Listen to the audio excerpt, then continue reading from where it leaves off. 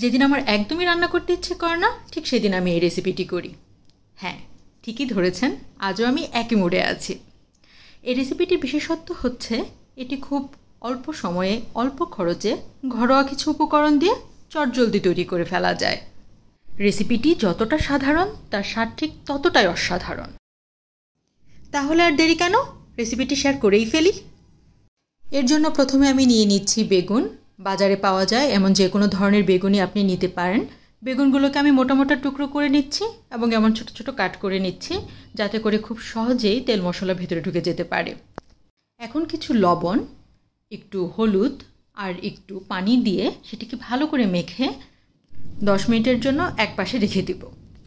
আর এরই মাঝে আমি কিছু পেঁয়াজ কেটে নেব। পেঁয়াজ কাটা হয়ে গেলে কিছু রসুন খোসা ছাড়িয়ে নেব।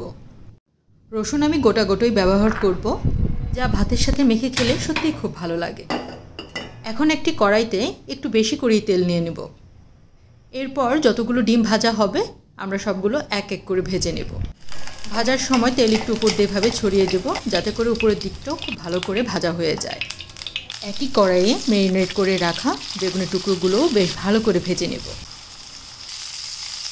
এক পাশ ভালো করে ভাজা হয়ে গেলে অপর পাশটাও ভালো করে ভেজে নেব। এরপর এক এক করে সব তুলে নেব। এখন আরেকটু তেল নিয়ে নিচ্ছি আর দিয়ে দিচ্ছি শুকনো মরিচ, দারুচিনি, এলাচ আর রসুন। একটু ভাজা হয়ে গেলেই দিয়ে দিব কুচনো পেঁয়াজ আর কাঁচামরিচ।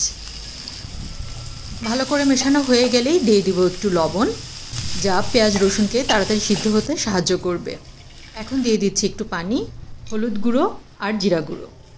তারপর মশলাটাকে কষিয়ে নেব। কষানো হয়ে গেলে ভেজে রাখা বেগুনের টুকরোগুলো দিয়ে সেগুলোকে 5 মিনিটের মতো নাড়াচাড়া করে নেব। সাথে দিয়ে দিব ভেজে রাখা ডিম। যেহেতু উপকরণগুলো আমরা আগে থেকে ভেজে রেখেছিলাম তাই এগুলো রান্না করার খুব একটা বেশি দরকার নেই। চুলায় সব দিয়ে ভালো করে একটু মিশিয়ে নেব। চুলায় অল্প আঁচে 5 মিনিটের মতো রেখে নামিয়ে ফেলব। আমার ফাঁকিবাজি ডিম বেগুন রেডি।